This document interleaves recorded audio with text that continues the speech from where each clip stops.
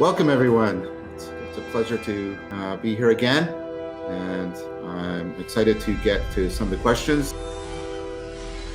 The next question is from a patron, a friend of mine. I get to talk to him regularly, once a month. He's also I also met him personally before any of this, meaning my online presence sort of expanded the way it has. He's helped me. He was involved with the demonstration of the philosophical friendship. So I'm talking about Robert Gray, and it's always a pleasure to interact with Robert. So Robert's question is, what is lost from online teaching compared to in-person teaching, perhaps at the high school, college age level? What is gained? If you had the resources, is there any cool idea you implement using modern technology to change the way mass education works today? Thanks, John and Amar. I hope you are both warm. Actually, Rob, it's warm right now in Toronto.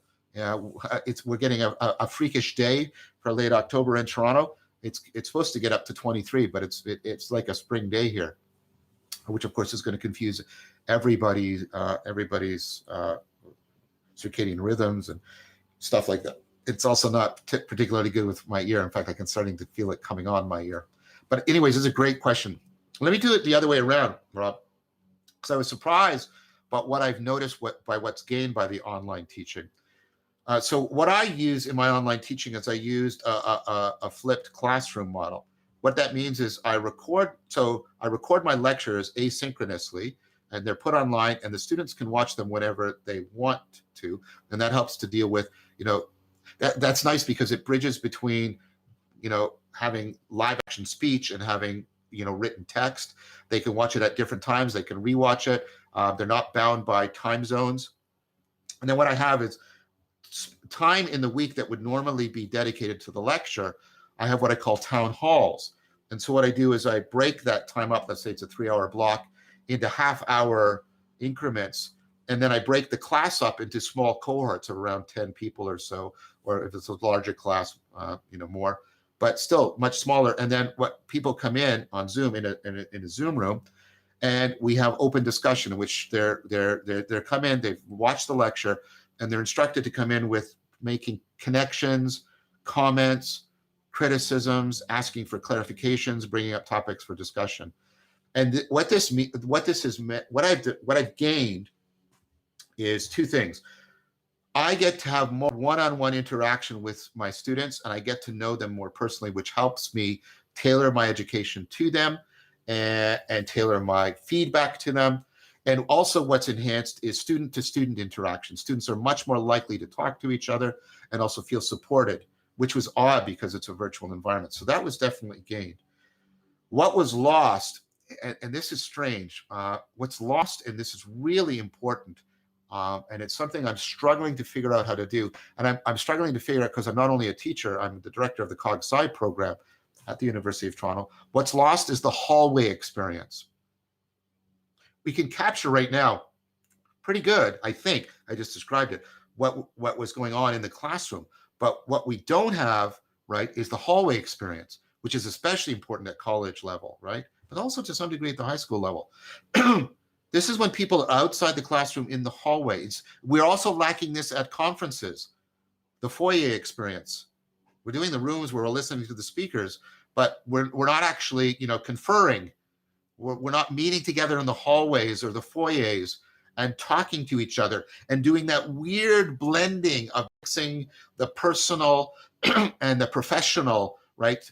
Meaning your education, right? Or your professional practice together in discourse where we move with humor, right? Between, sociality and epistemology. And all of that is so vital, so deeply vital. It's like the hallways are the arteries and the veins along which, education flows. And the rooms are the organs. And those organs are now starved for the circulation that makes them so vitally alive. And so what's been lost is the hallway experience. Been trying a lot of things, and the technology is, it allows me to do some of that, some of it a bit here and there, but the technology is not good enough. What I would want is a technology that implemented the hall rooms and the foyers in between the classes. And of course, there's a bit of this going on with the Discord server, but then the coordination, there isn't an overarching coordination technology yet between them. And so what's happening is, like with Amar's amazing Techno Mage help, trying to loop together, YouTube and Zoom and Discord and other things. And it depends on his particular genius to be functional. But what I would really like is a technology that made that really smooth and powerful and very user intuitive friendly, because I'm something of a techno peasant when it comes to that level of stuff. And then I would like, and this goes to the conversations I've had with Jordan Hall and with Zach Stein, I would like the development of the cultural cognitive grammar of dialectic into dialogos that optimizes us for dwelling in and coordinating those two spaces together, the circulatory system of the hallway and the vital organs of the classrooms. So I hope that answers your question. Well, it's a really good question. Saruman believes that it is only a great power that can hold evil in check. But that is not what I have found. I found it is the small things, everyday deeds of ordinary folk that keeps the darkness at bay. Simple acts of kindness and love. Why, Bilbo Baggins? Perhaps it is because I'm afraid. But it gives me courage.